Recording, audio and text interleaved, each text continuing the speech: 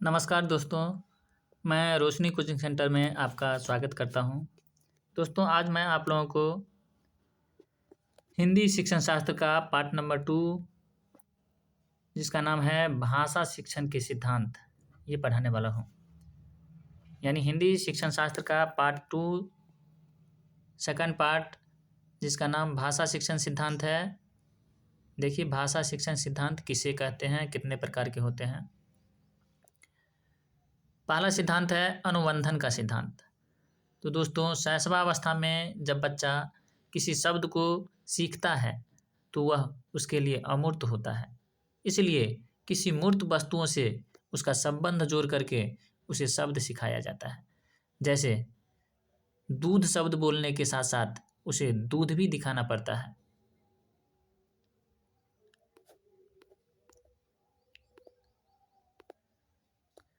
दूसरा नंबर सिद्धांत है अनुकरण का सिद्धांत। अंग्रेजी में इसे थ्योरी ऑफ इमिटेशन कहते हैं। दोस्तों, बालक अपने परिवार या समाज में बोली जाने वाले भाषा का अनुकरण करके भाषा अर्जित करता है। इसलिए यदि परिवार या समाज में त्रुटिपूर्ण भाषा का प्रयोग होता है तो बच्चा भी त्रुटिपूर्ण भाषा ही सीखता है। अगला नंबर सिद्धांत है अभ्यास का सिद्धांत, जिसे अंग्रेजी में थ्योरी ऑफ एक्सरसाइज कहते हैं। अभ्यास का सिद्धांत में थॉर्नडाइक ने कहा है, भाषा का विकास अभ्यास पर निर्भर करता है। भाषा बिना अभ्यास के न तो सीखी जाती है और न ही उसकी कुशलता को बरकरार रखा जा सकता है। इनके अलावा भी भाषा के कई अन्य छोटे छोटे सिद्धांत हैं, परंतु ये ज़्यादा महत्वपूर्ण नहीं है। भाषा के साधन देखिए कितने प्रकार के होते हैं। पहला है अनुकरण, दूसरा नंबर खेल, तीसरा नंबर कहानी, फिर चौथा है वार्तालाप या बातचीत, फिर अगला नंबर है प्रश्नोत्तर। दोस्तों, भाषा से संबंधित कुछ महत्वपूर्ण बिंदु है, इस पर हम लोग चर्चा करते हैं।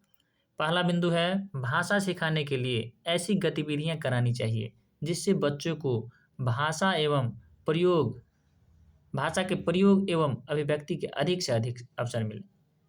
दोस्तों, इस पॉइंट को एक बार फिर से देख लेते हैं। भाषा सिखाने के लिए ऐसी गतिविधियां करानी चाहिए जिससे बच्चों को भाषा प्रयोग एवं अभिव्यक्ति के अधिक से अधिक अवसर मिले। दूसरा नंबर पॉइंट है भाषा सीखने का व्यवहारवादी दृष्टिकोण अनुकरण पर बल देता है। तीसरा पॉइंट है भाषा शिक्षण में सबसे अधिक महत्वपूर्ण भाषा प्रयोग के अवसर देना है। दोस्तों, इन पॉइंटों से डायरेक्ट सीटेट में क्वेश्चन देखने को मिलता है, इसलिए हर पॉइंट पे गौर से ध्यान दीजिएगा। भाषा शिक्षण में सबसे अधिक महत्वपूर्ण भाषा प्रयोग के अवसर देना है। अगला नंबर पॉइंट है भाषा शिक्षण की प्रक्रिया अन्य विषयों की कक्षा में भी चलती रहती है, क्योंकि किसी भी विषय को पढ़ाने के लिए संप्रेषण की आवश्यकता होती है। अगला पॉइंट है भाषा शिक्षण में कविता, कहानियाँ आदि का प्रयोग करना चाहिए ताकि बच्चे भाषा सीखने में रुचि ले। तो इनसे क्वेश्चन आएगा, कविता या कहानी का प्रयोग भाषा शिक्षण में क्यों करनी चाहिए? तो कविता या कहानी का प्रयोग इसलिए करनी चाहिए ताकि बच्चे भाषा सीखने में रुचि ले। कहानी या कविता पढ़ने में बच्चों को बहुत रुचि आता है। अगला पॉइंट है कहानी, कविता, नाटकों का प्रयोग कक्षा में निम्न उद्देश्य की पूर्ति करता है।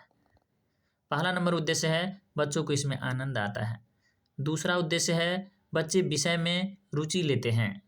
तीसरा नंबर पॉइंट है बच्चे अपनी संस्कृति को जानते हैं।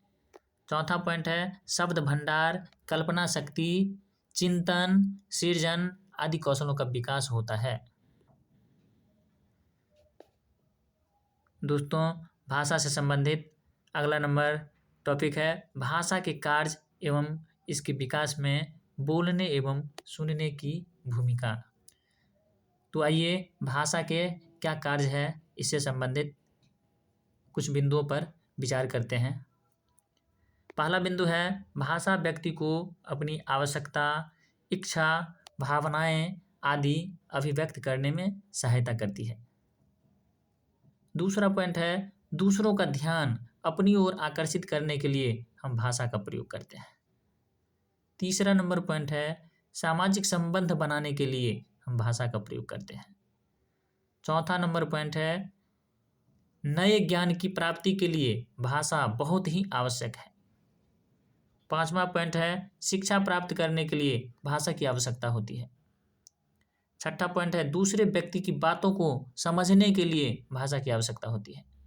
और सातवां नंबर पॉइंट है अपनी कला, संस्कृति, समाज का विकास करने के लिए भाषा की आवश्यकता होती है। अब दोस्तों अगला टॉपिक है भाषा विकास में सुनने की भूमिका। सुनना भाषा विकास के निम्न क्षेत्रों में भूमिका निभाता है। पहला नंबर है सुनकर ही बच्चा बोलना सीखता है। वह अपने परिवार व समाज के लोगों को बोलते हुए सुनता है तथा उनका अनुकरण करता है। दूसरा पॉइंट है शब्द भंडार में वृद्धि के लिए भाषा सुनने की जरूरत होती है।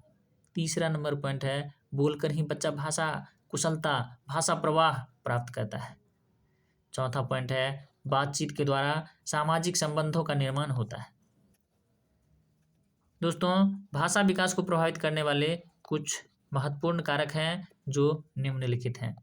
पहला नंबर है स्वास्थ्य, दूसरा कारक है बुद्धि, तीसरा कारक है यौन भिन्नता, चौथा कारक है सामाजिक आर्थिक स्तर, पांचवा कारक है परिवार का आकार, छठा कारक है जन्म क्रम, सातवां कारक है बहुजन्म यानी जुड़वा बच्चे, एक साथ दो या दो से अधिक बच्चे, आठवां कारक है एक से अधिक भाषा का प्रयोग, नौवां कारक है साथियों के साथ संबंध और 10वां कारक है माता पिता द्वारा प्रेरणा। दोस्तों इस तरह से ये दूसरा अध्याय भाषा अधिगम का जो भाषा शिक्षण शास्त्र का जो दूसरा पार्ट था, इस तरह से आज यहीं पे हम ख़त्म करते हैं। अगला पार्ट नंबर 3 बहुत जल्द ही लाएंगे। यदि आपको ये वीडियो पसंद आए तो लाइक कीजिए, शेयर कीजिए और इस YouTube चैनल को सब्सक्राइब कीजिए। धन्यवाद।